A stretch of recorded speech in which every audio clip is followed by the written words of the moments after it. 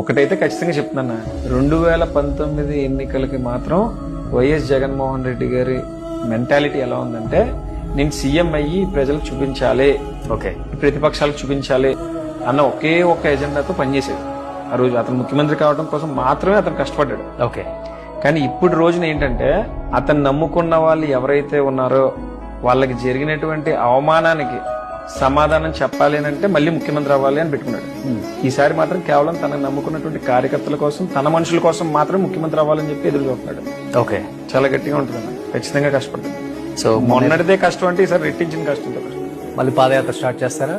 అది ఏ రూపంలో ప్రతి ఇంకా రూపకల్పన జరుగుతుంది. ఆయన అనౌన్స్ చేశారు కదా ఆల్రెడీ పాదయాత్ర చేస్తామని చెప్పి.